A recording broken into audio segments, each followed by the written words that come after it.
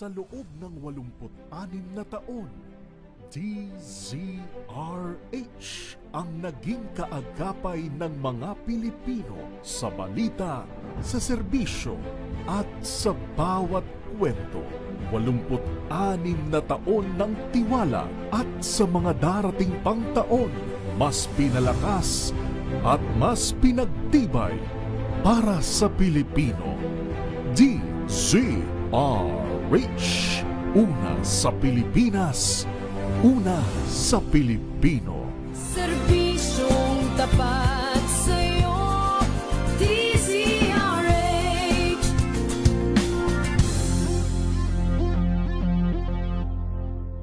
Ito ay bunsod ng naitalang 17 individual na ang kanilang naaresto.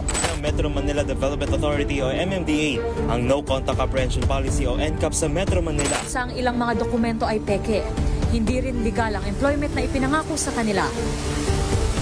Sa mata ng batas, mananagot ang sangkot at may sala. Dahil sa bawat paglabag, may karampatang parusa. Alamin ang mga pananagutan sa likod ng mga bawal. Dito sa Hoy! Bawal Yan! Tuwing Sabado, alas 11:30 ng umaga. Dito lang sa DZRH TV.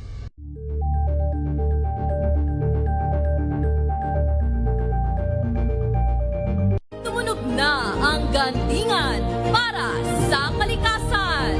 Ang nagkamit ng parangal bilang Best News Anchor ay walang iba kundi si Angelo Palmones ng Magandang Umaga Pilipinas, DZRH Radio 666 kHz.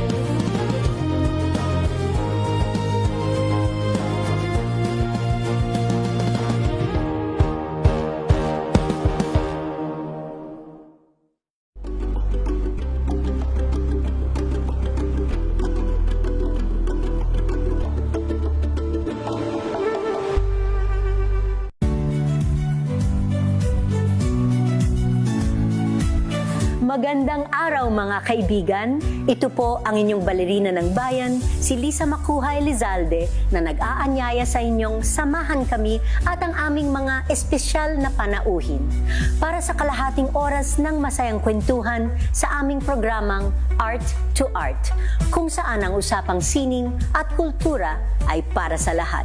Huwag kaliligtaan, tuwing linggo, alas 3:30 ng hapon, dito lamang sa DZRH Radio, DZRH TV, at via online streaming. Samahan niyo po ako hanggang 7:30 ng gabi. DZRH Usapang Liga. Magandang gabi Pilipinas, Metro and Mega Manila, nas extension sa DZRH at RHT. Naray si Bayan At Kisses Habson. para sa DZRH, una sa Pilipinas. Una sa Pilipino. We've got you covered. From the hottest hits, exclusive interviews, kilig to the bones fan meet experience, and hataw performances of your favorite stars. Saturdays, 12 noon, dito lang sa DZRH TV.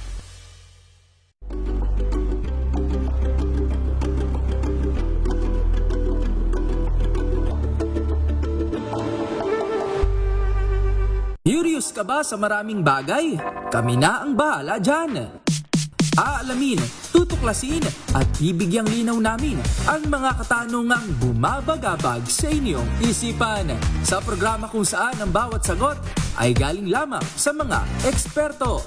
Ang Expert's Opinion, tuwing linggo alas 3 ng hapon, dito lang sa DZRH TV.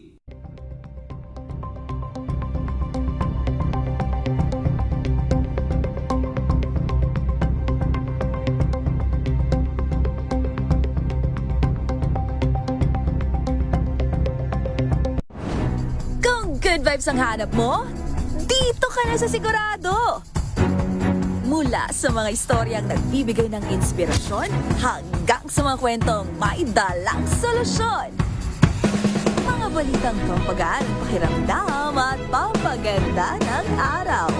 Hindi lang ba sa good news, kundi the better news. Mula Lunes hanggang Biyernes, 1:00 ng tanghali sa DZRH TV.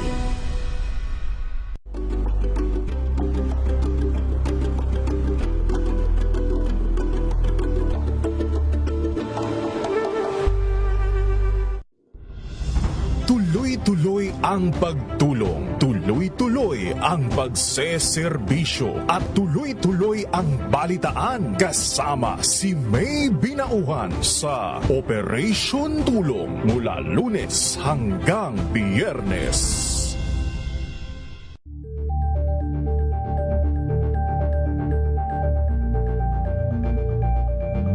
Maagang balitaan, maagang usapan sa mga issue at balita kasama si Kuya Angelo Palmones sa Magandang Umaga Pilipinas mula Lunes hanggang Biyernes.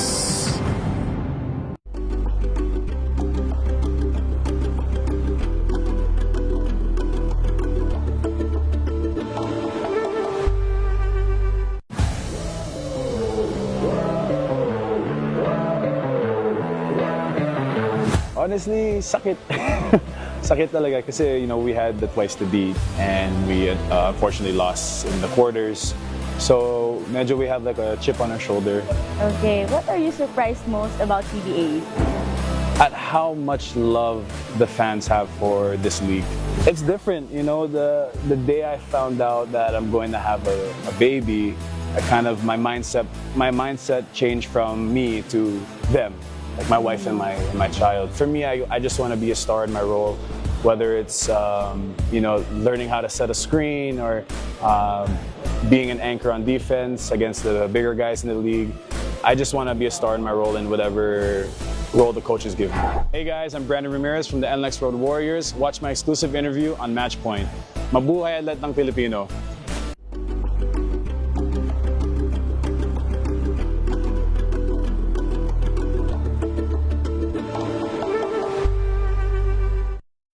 Mga balitang gigising sa inyong umaga. Mga balitang kailangan mong malaman. Mapapakinggan sa ACS Balita sa 2x2. Kasama sina Anthony Taberna at Jerry Baha. Lunes hanggang Biyernes.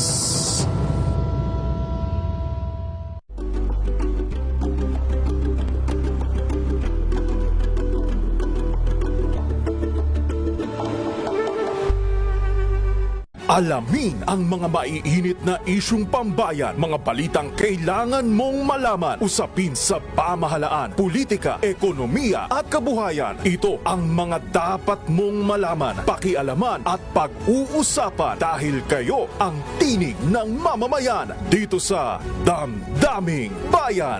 Live sa DZRH Radio, DZRH TV at DZRH Digital. Kasama sina Lakay, Deo Macalma at Elaine Apit. Araw-araw, Lunes hanggang Biyernes. Damdaming Bayan.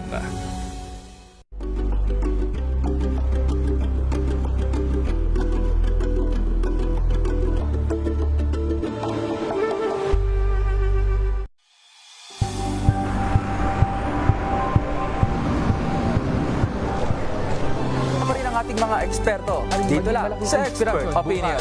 Ito ang The Better News. TNVS, trending and isang kwento, iba't ibang anggulo. Dito sa Point. Bawat pananagutan ating tatalakayin dito sa Hoy. Bawal yan. Pilipino, dito lang sa DZRH TV, match sa modern entertainment and lifestyle. Ito ang NBC TV Network News. Una sa Pilipinas, una sa Pilipino.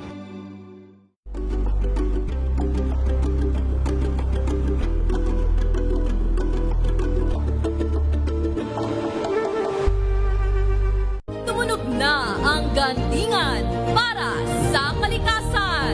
Ang itinanghal bilang Best AM Radio Program Host ay si Cesar Chavez para sa special on Saturday ng DZRH.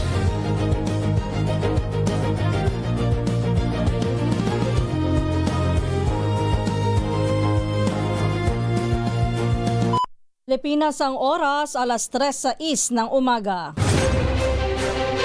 Saan man mangyari ang balita, Luzon, Visayas at Mindanao, hagip ng balitang Pronti.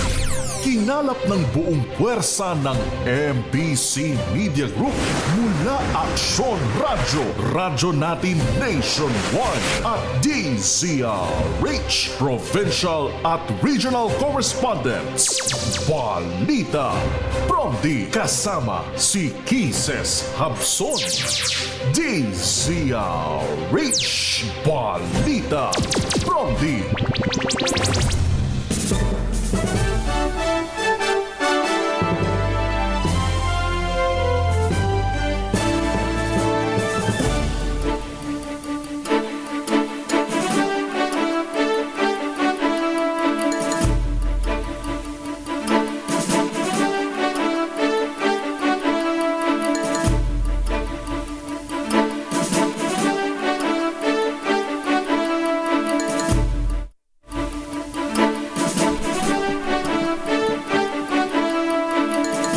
Magandang umaga Luzon, Visayas, Mindanao, Pilipinas. Ito po ang balitang Promdi ngayong araw ng Huwebes, July 2, 2026. Sa ating headlines, Balitang Promdi. INC rally bilang suporta kay Senador Marcoleta tuloy ngayong araw. Isasagawa sa Liwasang Bonifacio sa Maynila. Balitang Promdi. Bagyong Henry, lumabas na ng Philippine Area of Responsibility ayon sa Pag-asa. Balitang Promdi. Water elevation ng Angat Dam sumadsad sa below critical level. Balitang Promdi. Inflation o paggalaw ng presyo ng bilihin sa bansa, inaasahang bumagal sa buwan ng Hunyo ayon sa BSP. Balitang Promdi. Grade 11 student na naksak ng kaklase, 2 ang sugatan sa Zamboanga City. Balitang Promdi. Mandaluyong City nagsasagawa ng contact tracing matapos magpositibo sa Mpox ang isang residente. Balitang Promdi. Yan ang ulo ng ating mga balita. Kasama niyo po ang inyong lingkod Kisas Habson para sa DZRH, una sa Pilipinas, una sa Pilipino. At ngayon sa detalye ng ating mga balita.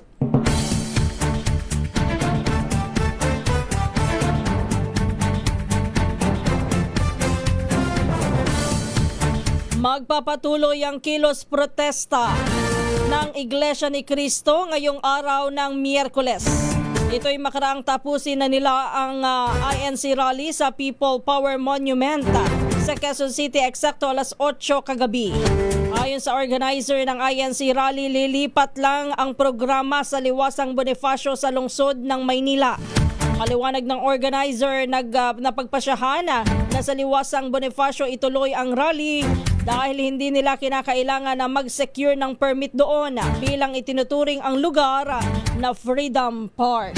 Balitang Promdi. Sa kaugnay na balita, tinapos na nga ang kilos protesta ng Iglesia ni Cristo sa EDSA People Power Monument sa Quezon City. Eksakto alas 8 kagabi nang tapusin ang programa matapos na bawiin ang lokal na pamahalaan ng permit ng INC para sana sa ikatlong araw ng kanilang rally sa lugar. Dinaluhan pa rin ng libo-libong miyembro ng INC ang ikalawang araw ng pagtitipon sa EDSA kung saan ay tinatayang umabot sa 10,000 ang bilang ng mga nakilahok hanggang pasado alas 7 ng gabi kagabi. Malinis naman at walang iniwang kalat na basura ang mga demonstrador sa rally site. Balitang Promdi.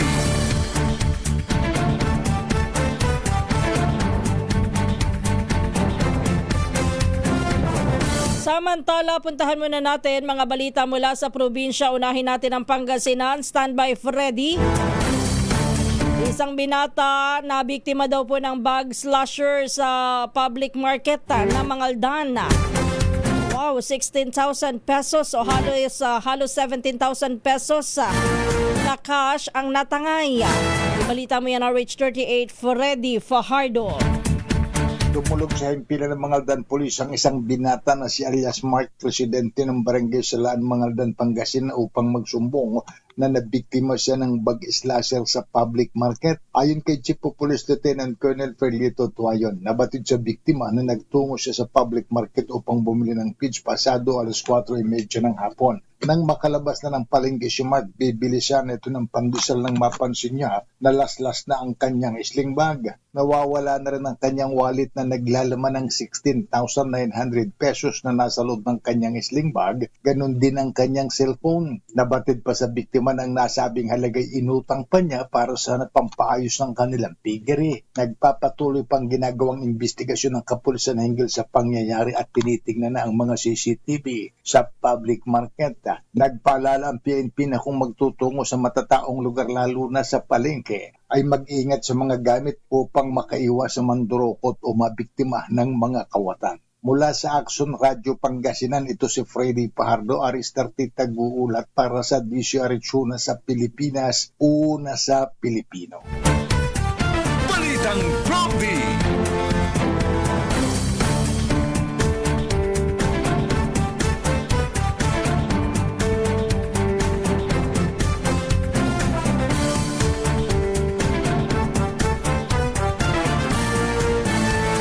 Samantala, tuloy pa rin ang pagsasampa ng Office of the Ombudsman ng kasong plunder laban kay Senador Rodante Marcoleta.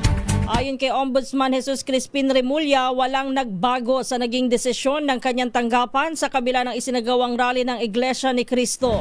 Pinabulaanan din ni Ombudsman Remulla ang paratang ng ilang taga-suporta ni Marcoleta at ng INC na umano'y may umiiral na selective justice sa mga iniimbestigahan sa bansa. Git ni Remulla, ang kanilang mga aksyon ay nakabatay sa ebidensya at sa umiiral na batas. Ang kasong plunder ay may kaugnayan sa mga campaign donation na natanggap ng senador na hindi niya idineklara sa kanyang Statement of Contributions and Expenditure o SOSE noong 2025 elections. Balitang Prompty! Samantala, mariin din ay tinanggi ni Pangulong Ferdinand Marcos Jr. ang paratang ng Iglesia ni Cristo na may umiiral na selective justice sa ilalim ng kanyang administrasyon bago ang kanyang pag-aalis patungo ng Canada para sa 4-day state visit. Sinabi ni PBBM na iginagalang niya ang opinyon ng INC, ngunit naniniwala siya na mali ang kanilang pananaw. Kasabay nito'y nagpahayag ng kumpiyansa ang Pangulo na mananatiling mapayapa ang isinasagawang rally ng INC bilang protesta sa posibleng pag-aresto kay Senador Rodante Marcoleta. Ayon kay PBBM, sa kanyang pagkakaalam at sa kasaysayan ng INC, naging maayos at disiplinado ang kanilang mga pagtitipon at hindi sila nagdudulot ng kaguluhan. Balitang Prompty! Balita muna tayo sa Central Luzon. Orani Fish Landing with Trading Facility. Official na daw pong nagsimula sa Orani, Bataan kahapon. Ibalita mo yan, RH37, Dani Kumilang. Opisyal nang nagsimula nitong Hulyo 1, 2026 ang operasyon ng Orani Fish Landing with Trading Facility, isang modernong pasilidad na magsisilbing pangunahing sentro ng pagdaong, pagprogreso at kalakalan ng mga produktong pangisdaan sa bayan ng Orani, Bataan. Ayon dito kay Orani Mayor June Arisapa, layunin ng pasilidad na magbigay ng mas maluwag, maayos at ligtas na lugar para sa mga mangingisda at mamimili habang pinapalakas nila ang industriya ng pangisdaan at kabuhayan ng mga residente. Ayon pa kay Mayor June Arisapa, ang pagbubukas ng naturang pasilidad ay bahagi ng patuloy nilang pagsisikap na maihatid ang serbisyong tapat, makatao at makabago kasabay ng pagsusulong ng mas matatag na ekonomiya at mas maunlad na kabuhayan para sa bawat mamamayan ng Orani. Dani Kumilang, RH37, DCRH, una sa Pilipinas, una sa Pilipino. Aming salamat, Dani Kumilang. Pilipinas ang oras, alas 3:15 na po ng umaga. Balitang Prompty! Lumipad na patungong Vancouver, Canada si Pangulong Bongbong Marcos Jr. kasama si First Lady Liza Araneta Marcos kagabi. Sa kanyang departure speech, layunin anya ng 4 na araw na state visit na mas paigtingin pa ang relasyon ng Pilipinas at ng Canada. Binigyan din ng Pangulo na mahalagang mapalalim pa ang ugnayan ng dalawang bansa lalo na sa suporta ng Canada sa usapin ng soberanya. Itinalaga naman bilang caretaker ng Pangulo sina Executive Secretary Ralph Recto, Agrarian Reform Secretary Conrado Estrella III at si Labor Secretary Francis Tolentino. Balitang Promdi!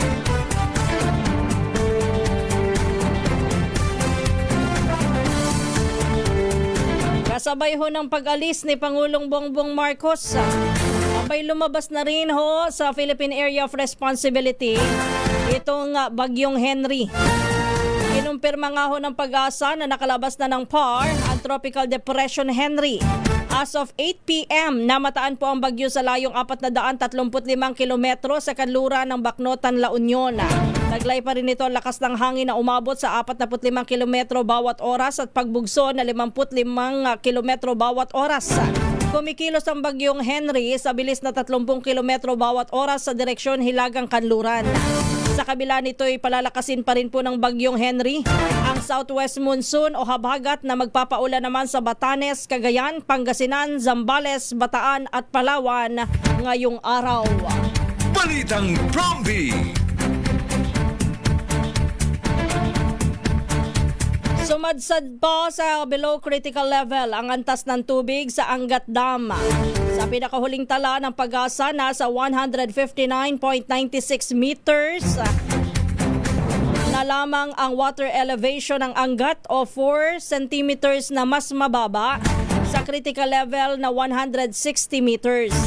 Dahil dito'y pansamantalang hindi muna magpapakawala ng tubig para sa irigasyon ng Bustos Dam na nagsusupply ng 25,000 ektaryang palayan sa Bulacan at Pampanga.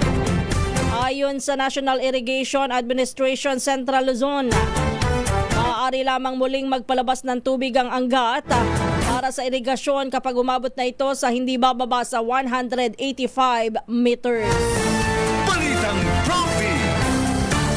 Alas 3:19 na po ng umaga, puntahan natin. Balita naman mula sa Negros Occidental. 4 pang kaso ng ASF o African Swine Fever naitala sa lungsod ng Bacolod. Balita mo yan, RH46, Rex Cantong. Kinonfirma ni Bacolod City Mayor Greg Satayan na mayroong 2 mga samples na kinuha sa Banga Riles, Barangay Alihis at sa Purok 5, Barangay Takuling, kung saan mayroong 4 na mga samples na positibo sa African Swine Fever o ASF sa lungsod ng Bacolod.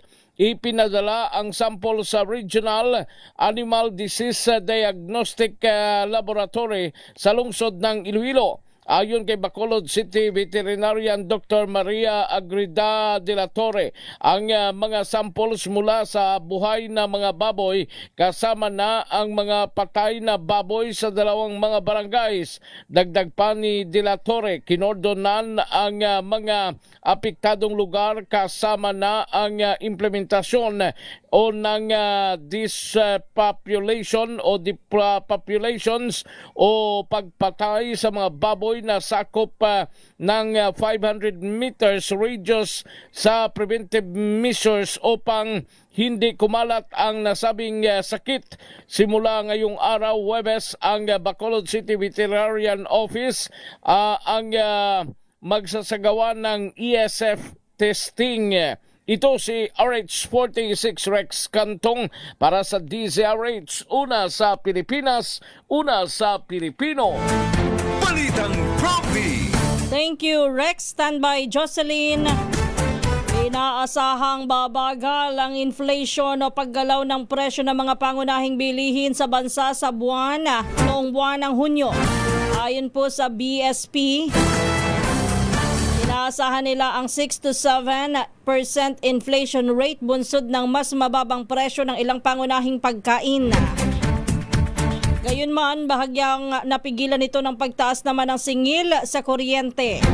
Kasabay nito'y patuloy din na minomonitor ng BSP ang mga kaganapan sa gitnang silangan dahil sa posibleng epekto nito sa presyo ng langis, inflation at kabuuang kalagayan ng ekonomiya. Matatandaan na nasa 6.8% ang inflation rate ng bansa noong buwan ng Mayo. Balitang Promby!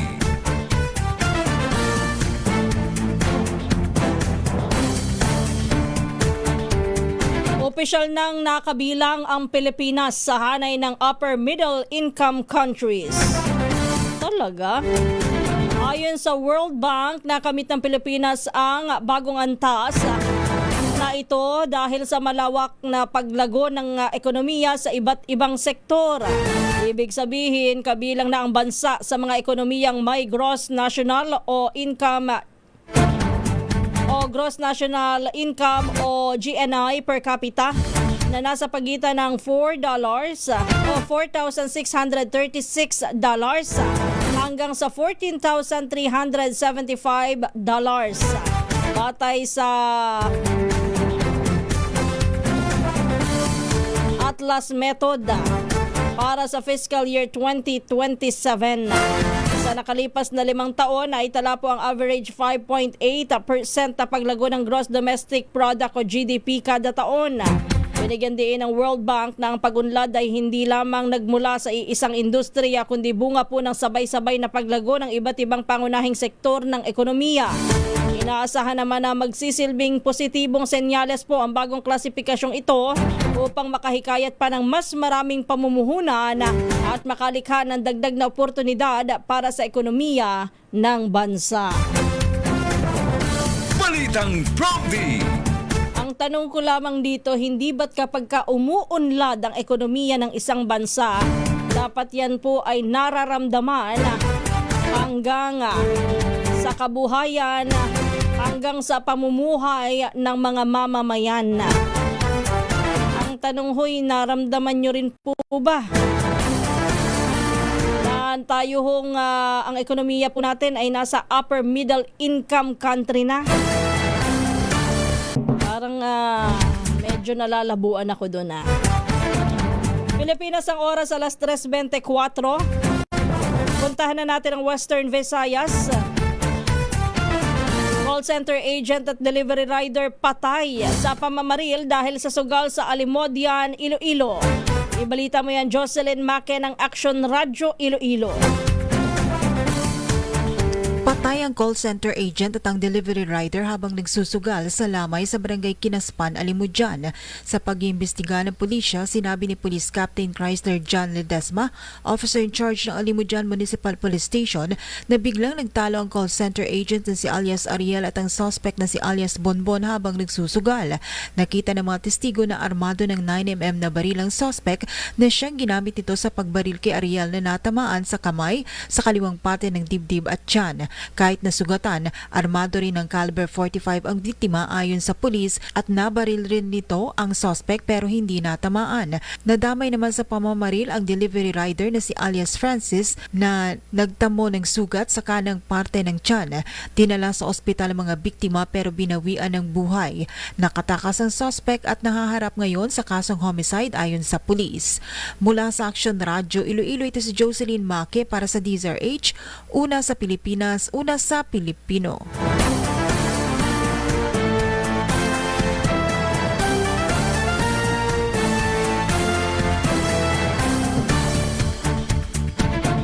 Samantala sa pagpapatuloy ng ating mga balita, standby ka lang Jimmy Angay-Angay. 2 estudyante ang sugatan matapos saksakin sa loob ng paaralan sa Zamboanga City. Nangyari ang insidente alas 8:30 ng umaga sa loob ng Kabaluay National High School. Ang mga biktima ay kapwa 16 anyos na grade 11 students habang ang suspect ay 17 anyos na kaklase ho ng biktima. Lumabas sa investigasyon na nag-ugat po ang insidente sa konfrontasyon kaugnay ng kaso ng pambubuli hanggang sa mauwi ito sa suntukan bago bumunot ng patalim ang suspect sa kasinaksak ang mga kaklase. Isinugod po sa Zamboanga Regional Medical Center ang mga biktima at maayos na ang kondisyon nila matapos na magtamo ng saksak sa tiyan, likod, braso at ulo. Patuloy naman ang investigasyon upang matukoy ang kabuuang pangyayari at maisampa ang kaukulang kaso laban sa suspect. Balitang Bromby!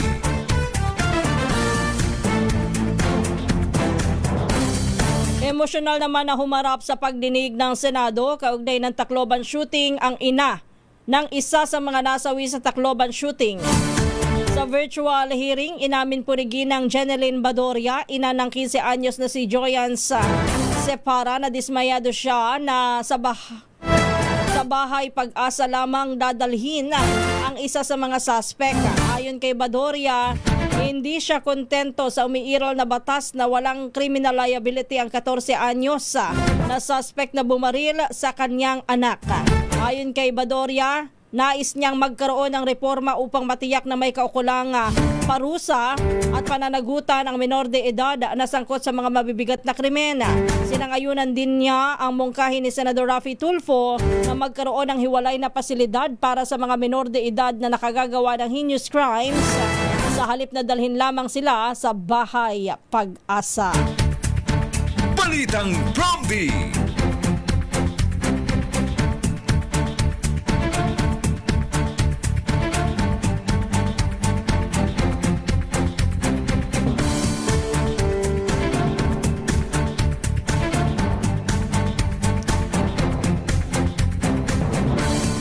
Samantala, nais nang umuwi ng 2 menor de edad na suspect sa pamamaril sa San Jose National High School sa Tacloban City. Ito naman po ang inihayag ng Department of Social Welfare and Development 2 linggo matapos ang nangyaring insidente na ikinasawi po ng 3 estudyante at ikinasugat ng 20 iba pa. Ayon kay DSWD Regional Director Grace Subong, sinabi ng 2 suspect na nami-miss na nila ang kanilang mga pamilya. Nais na rin nilang makabalik sa kanilang mga tahanan. Gayunman, hindi sila pinayagan sa kanilang kahilingan dahil nananatili silang nasa ilalim ng rehabilitation at mahigpit na pangangasiwa ng DSWD. Binigyan diin ng kagawaran na hindi maaaring palayain ng mga menor de edad hanggat walang pahintulot mula sa korte at sa rehabilitation authorities na dapat na magsabing handa na silang makabalik o handa na silang ibalik sa kanilang komunidad. Balitang Bromby! Alas 3:29 na po ng umaga. Puntahan natin ang balita naman mula sa Eastern Visayas. Police Regional 8 o Police Regional Office 8 sinusulong daw po ang ligtas at learner-friendly na kapaligiran sa North Tacloban. Ibalita mo yan RH32 Jimmy Angay-Angay.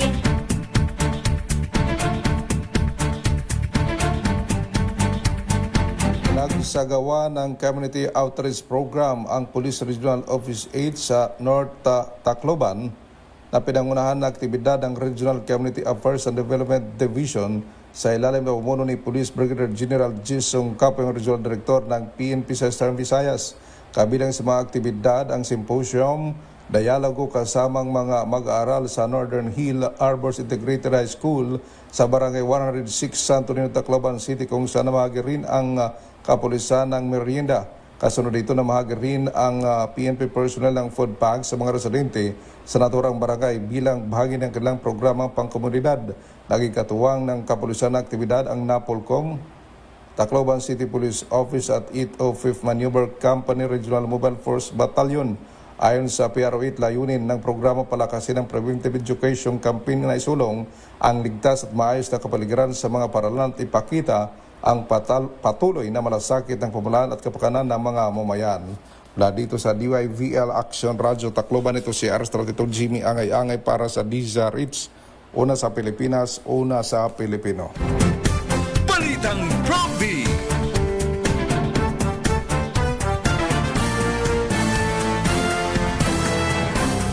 Makatatanggap ng tig 150,000 piso o 150,000 pesos na financial assistance mula sa Office of the President ang bawat pamilya ng 3 estudyante na nasawi sa pamamaril sa San Jose National High School sa Tacloban City.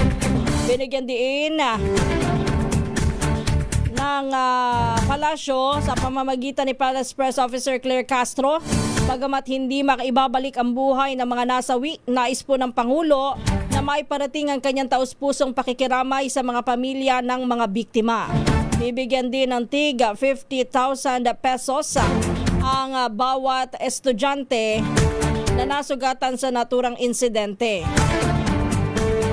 Nilinaw naman ng Malacanang na hiwalay ang ayudang mula sa Office of the President mula sa iba pang assistance na ipinagkakaloob ng mga ahensya ng pamahalaan, kabilang na po ang Department of Social Welfare and Development. Patuloy naman na umaasa ang pamahalaan na makatutulong ang ibinibigay na suporta sa pagbangon ng mga pamilyang naapektuhan ng trahedya. Patuloy naman ang investigasyon ng Senado sa nangyaring pamamaril. Balitang Prompty.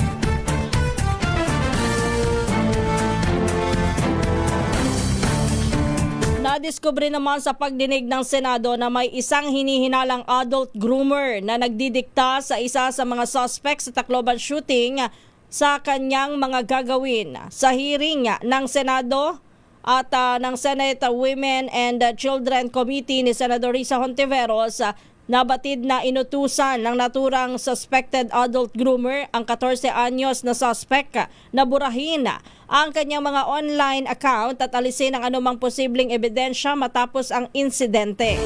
Ayon kay Hontiveros, natunto na ng kanyang tanggapan ng isang Facebook account na gumagamit ng alias na Sedadir o Sedik Ryazanova na pinaniniwala ang pagmamayari po ng hinihinalang groomer.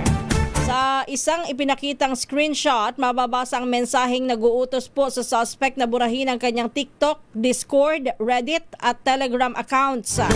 Yan ay upang wala umanong makuhang ebidensya. Gayunman, nilinaw po ng senador na ang mga impormasyong ito ay pawang mga lead pa lamang at ipinasa na sa National Bureau of Investigation o NBI para sa masusing verifikasyon. Sinabi rin ni Hontiveros na posibleng may mas malawak na online network na sangkot sa insidente at kinakailangang matukoy ito upang maiwasan ang panibagong mga biktima. Balitang Prompty. Standby lang, Jane. Pinag-aaralan naman ng pamahalang lungsod ng Maynila ang pagpapatupad ng mas mahigpit na parusa laban sa mga estudyanteng masasangkot sa karahasan sa loob at labas ng paaralan. Ayon kay Manila Mayor Isko Moreno, maaaring isailalim sa expulsion proceeding sa mga estudyanteng mapatutunayang sangkot sa rambol, pambubuli o mahuhulihan ng nakamamatay na mga armas at baril.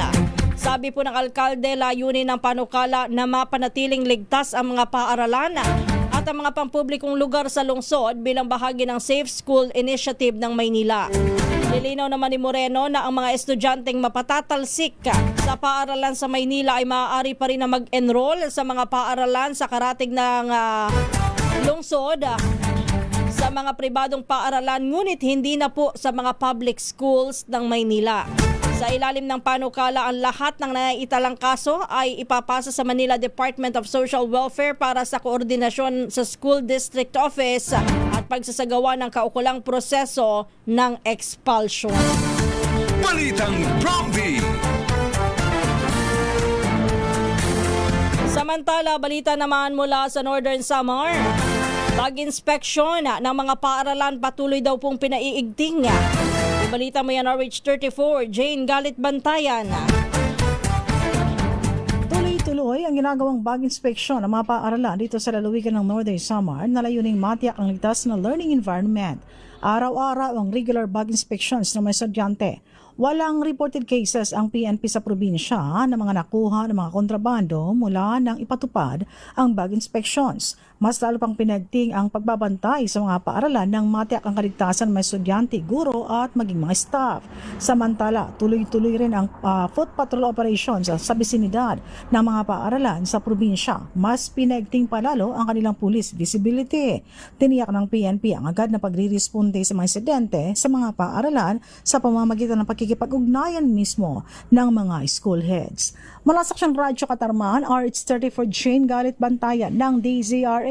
Una sa Pilipinas, una sa Pilipino. Balitang Prompty.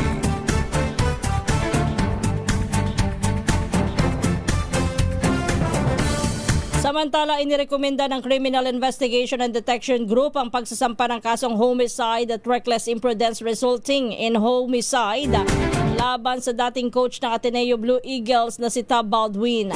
Kaugnay ito ng pagkamatay ng mga estudyanteng sina Divine Adili at Rene Baterbonia. Kinumpirma po ng Department of Justice na natanggap nito kahapon ang supplemental referral mula sa CIDG. Ayon po sa DOJ, isasama ito sa naunang referral na isinumite noong June 26 na kasalukuyan pa ring sinusuri ng kagawaran.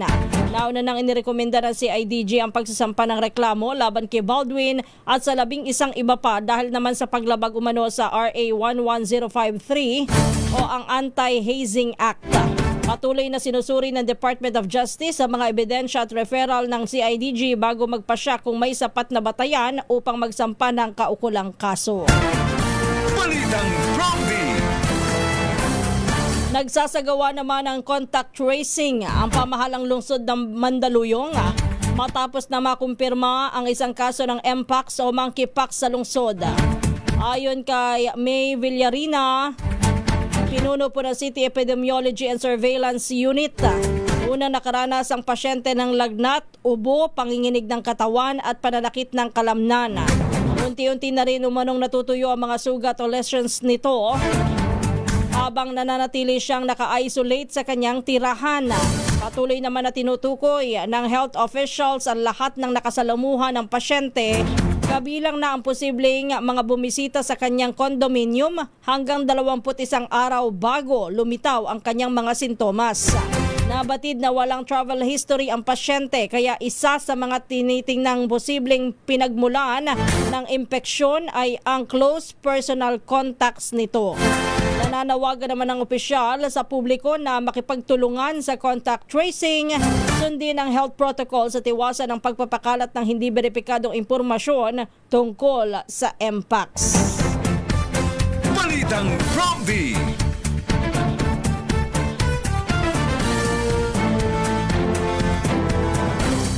Alas 3:39 na po ng umaga. Balita naman mula sa Davao, standby June. Loose break ang posibleng sanhi daw po ng karambola ng mga sasakyan sa Marilog, Davao City. Yung balita mo yan, RH reporter mula sa Davao, June Soter ng Action Radio Davao.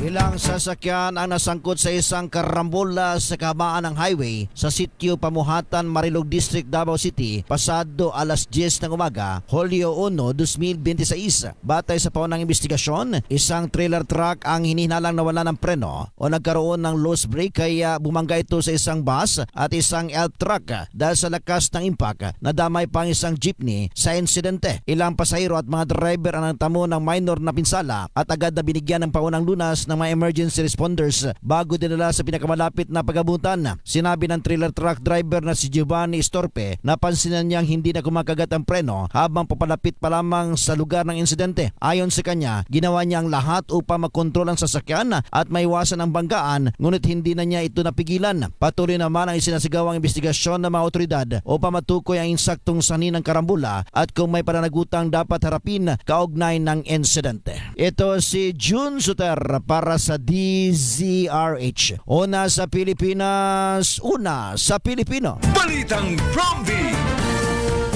Maraming salamat kay June Suter. Pilipinas ang oras, alas 3:39 na po ng umaga. Nananawagan naman si Dr. Jose Antonio Goycha ng responsable at may pananagutang paggamit ng karapatan na nakasaad po sa konstitusyon kasunod ng malawakang rally ng Iglesia ni Cristo na nagdulot po ng matinding pagsisikip ng daloy ng trapiko sa Metro Manila. Ayon kay Goycha, bagamat ginagarantiyahan ng saligang batas ang karapatan na magtipon at ipahayag ang saloobin, mahalaga rin na isaalang-alang ang kapakanan ng milyon-milyong mamamayan na naapektuhan ng matinding trapiko at pagkaantala ng kanilang mga biyahe at hanap buhay. Binigyan din niya na ang due process ay karapatan ng bawat Pilipino at ang anumang akusasyon ay dapat na resolbahin sa hukuman batay sa ebidensya at hindi sa opinyon ng publiko o pang impluwensyahang pangpolitika. Sinabi po ni Goitia na ang pagkuha ng permit para sa mga malalaking pagtitipon ay mahalagang bahagi ng koordinasyon sa seguridad. Gayon din po sa pamamahala ng trapiko at pagpapanatili ng kaayusan. Pinuri naman niya ang Department of Interior and Local Government, ang Philippine National Police, ang Armed Forces of the Philippines at ang mga lokal na pamahalaan sa kanilang naging mahinahon na at profesional na pagtugon sa sitwasyon. Kasabay nito'y nananawagan din si Goitia na huwag nang gamitin ang pananampalataya para sa pansarili o pampulitikang interes at iginiit na ang laban ng bansa ay laban sa korupsyon, kriminalidad at pang-aabuso sa kapangyarihan. Si Dr. Jose Antonio Goitia ay Chairman Emeritus ng Alyansa ng Bantay, Kapayapaan at Demokrasya o ABKD, People's Alliance for Democracy and Reforms o PADER, Liga Independencia Pilipinas at ng Filipinos Do Not Yield Movement. Siya rin po ay may hawak na Juris Doctor at Doctor of Philosophy at may advanced degree sa MNSA, MPA at MBA. Balitang Prompty. Pilipinas ang oras, alas 3:43. Sa iba pa po nating mga balita, patay sa pamamaril ang isang pulis sa barangay Tikwas, Dumalinaw, Zamboanga del Sur. Kinilala ang biktima na si Police Corporal Armaejo Unab Hornadal, 36 years old, miyembro daw po ng 2nd Zamboanga del Sur Provincial Mobile Force Company. Ayon kay Dumalinaw Police Chief Lieutenant Philip Basaya Jr., nadat na ng mga remospending police si Hornadal na nakahandusay na sa kalsada at naliligo sa sariling dugo. Lumabas sa inisyal na investigasyon na sakay po ng kanyang motorsiklo ang biktima at pauwi na sana mula sa Pagadian City. Nang sundan ng riding in tandem suspects na sakay naman ng itim na Honda XRM 125. Makalipas ang ilang sandali, pinagbabaril ang pulis bago mabilis na tumakas ang mga salarin. Iniimbestigahan na ang pagkakakilala ng mga suspect at ang kanilang motibo sa pamamaslang. Balitang Prompty. Sumuko na sa otoridad ang 3 suspect sa pagdukot at pagpatay kay dating Abuyog Leyte Vice Mayor James Bohol at sa kanyang anak na si Jimbo. Ayon sa PNP Anti-Kidnapping Group, may utang umano sa vice-alkalde ang isa sa mga suspect na kasosyo nito sa negosyo. Nabatid na nawala ang magamang Bohol sa Mayorga Leyte noong Sabado, June 27 at nakita ang kanilang mga bangkay sa isang masukal na bangin sa gilid ng kalsada sa barangay Imelda, Silagos, Southern Leyte. Sa ngayon ay nasa kustudiya na po ng PNP Anti-Kidnapping Group ang mga suspect at nahaharap sa 2 bilang ng kasong murder. Balitang Prompty. Ipinasara ng Department of Migrant Workers ang isang international consultancy firm matapos na madiskubre ang pekeng trabaho sa Poland na iniaalok nito sa mga aplikante. Ayon sa DMW, inireklamo ng mga aplikante ang Venancia Consultancy at ang Venancia International Manpower Incorporated sa Santa Ana, Maynila. Ito'y matapos nilang singilin ng tiga 3,000 piso ang mga aplikante bilang processing fee kapalit po ng pangakong trabaho bilang factory worker at welder sa Poland. Pero sa investigasyon ng DMW, lumabas na walang aprobadong job order para sa Poland ang naturang kumpanya at wala rin silang kaukulang permit upang magsagawa ng recruitment para sa nasabing destinasyon. 2 hinihinalang illegal recruiter naman ang inaresto sa isang entrapment operation kaugnay po ng umano'y job scam sa Poland. Paalala po ng DMW sa publiko na makipagtransaksyon lamang sa mga lisensyado at otorisadong recruitment agencies na may aprobadong job orders. Balitang Prompty. Pilipinas ang oras, alas 3:46. Diyan na po nagtatapos ang ating balitaan dito po sa Balitang Prompty. Tayo ho'y dadako na sa pangalawang bahagi naman ng ating programa. Balitang Prompty.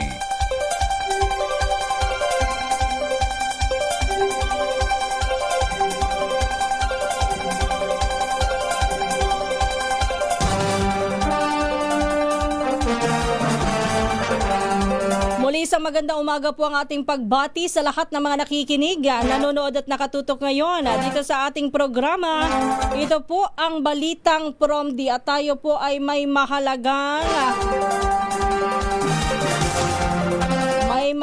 po tayong announcement ngayong araw na ito ng Huwebes.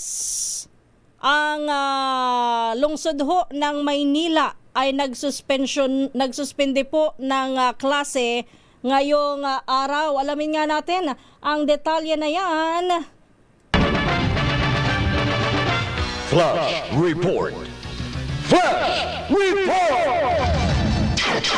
Ibabalita sa atin ang buong detalye ni Tina Nolasco. RH9, Tina Nolasco, go ahead. Kisses, sinuspende na nga ni Manila Mayor Isko Moreno ang klase sa lahat ng antas sa pampubliko at pribadong paaralan ngayong araw sa buong lungsod ng Maynila. Ito'y matapos inanunsyo nga ng Iglesia ni Cristo ang paglipat ng kilos protesta sa Liwasang Bonifacio sa Ermita, Maynila ngayong araw yan ng July 2, 2026.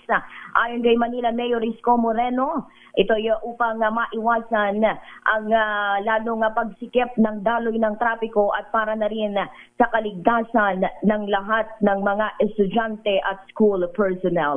Ito si RH9 Tina Nolasco para sa DZRH, una sa Pilipinas, una sa Pilipino. Flash Report! Flash Report! Maraming salamat Tina Nolasco. Muli po ang anunsyo po ay mula sa lungsod ng pamahalang lungsod ng Maynila mula kay Yorme Isko Moreno. Suspendido po ang klase sa Maynila sa lahat ng antas ng pampubliko at pribadong paaralan ngayong araw na ito, July 2, 2026. Yan po yung pagbibigay daan doon sa isasagawang kilos protesta ng Iglesia ni Cristo sa Liwasang Bonifacio sa lungsod ng Maynila. Balitang Promdi!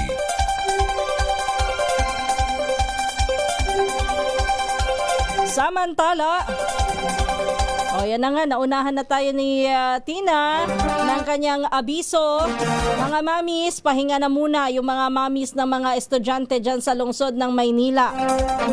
Dahil nga po ngayong araw na ito, bagamat natapos na ang rally ng INC dyan sa EDSA People Power Monument sa Quezon City, yan po ay ililipat naman daw ho ang programa sa Liwasang Bonifacio. So we expect na magkakaroon din ng mabagal na daloy na trapiko dyan sa may bahagi po ng Liwasang Bonifacio malapit sa City Hall.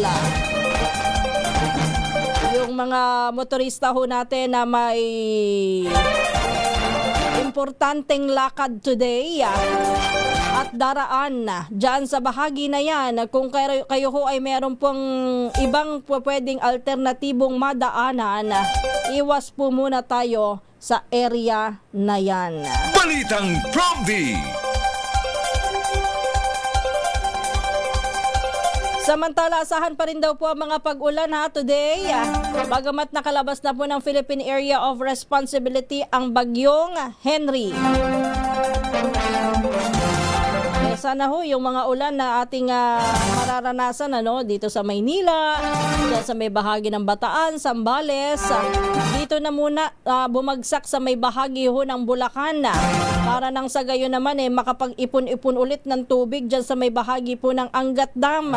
Ang problema ho natin kahit na nag-uulan lately, hindi doon ang bagsak ng tubig kung saan kinakailangan ho na madagdagan ang water elevation dahil bagsak na po sa below critical level nga po ang ating tubig dyan sa Angat Dam.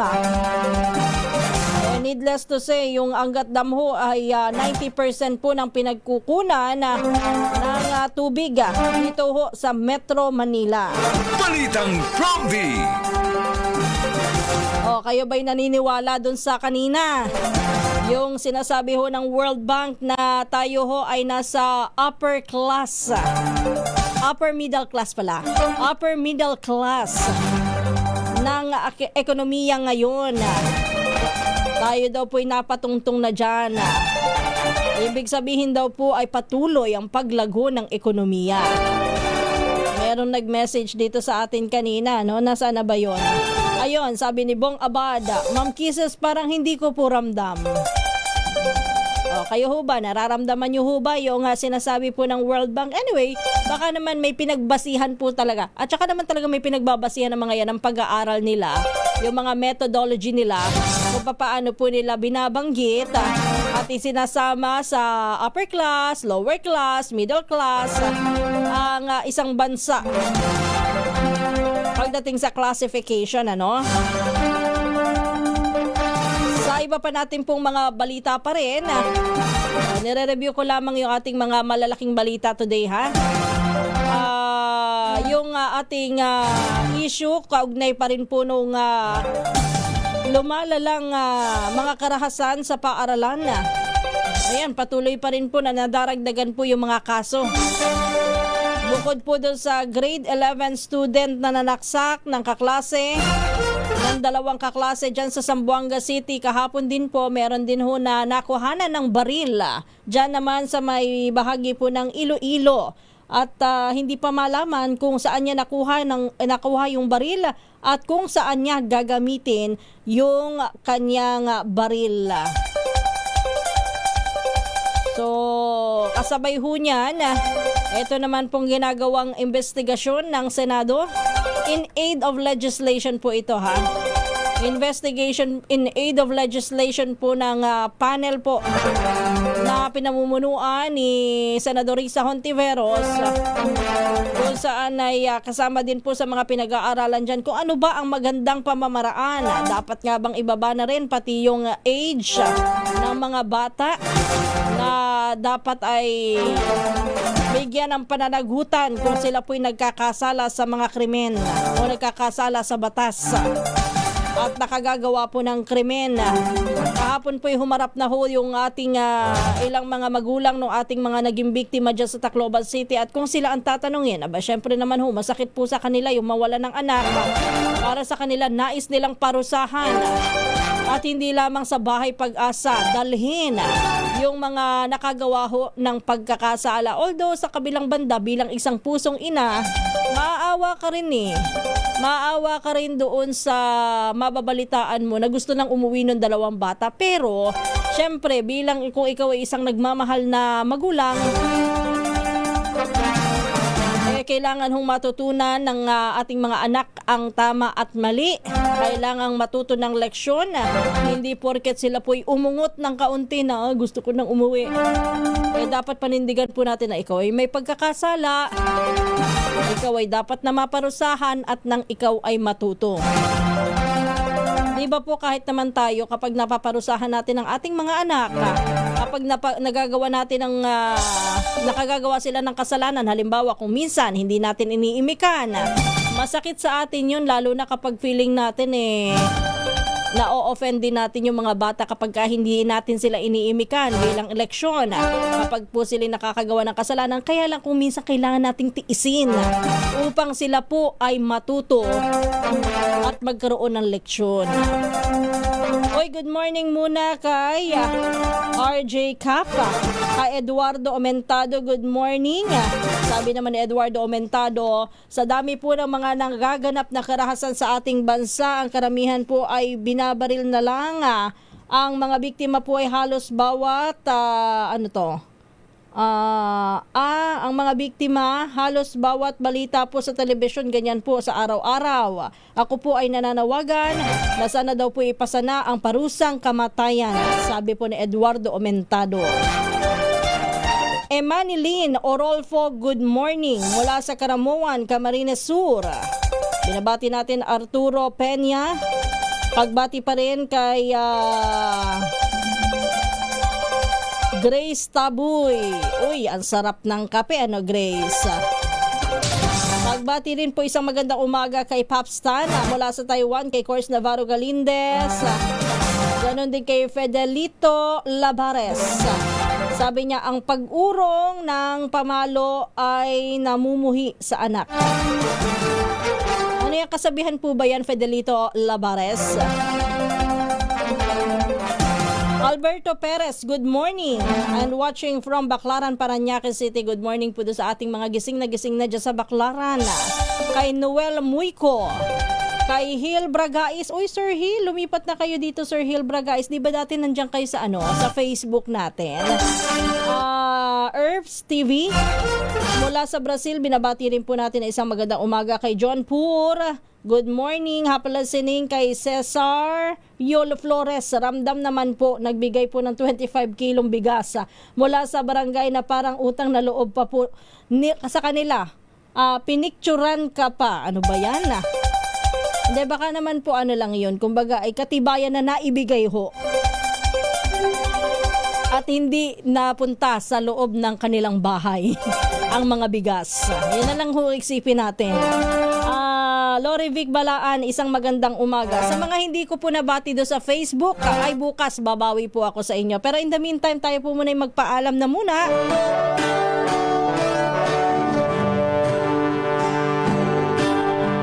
Muli isang magandang umaga at maraming salamat po sa lahat ng mga nakinig, tumutok sa ating balitaan, nakisali sa ating discussions. Ito po ang Balitang Promdi at ako naman ang inyong lingkod, Kisas Habson. Susunod na si Kong Angel Palmones at ang Magandang Umaga Pilipinas. Pilipinas ang oras, 3 minuto bago mag-alas 4. Good morning and happy Thursday.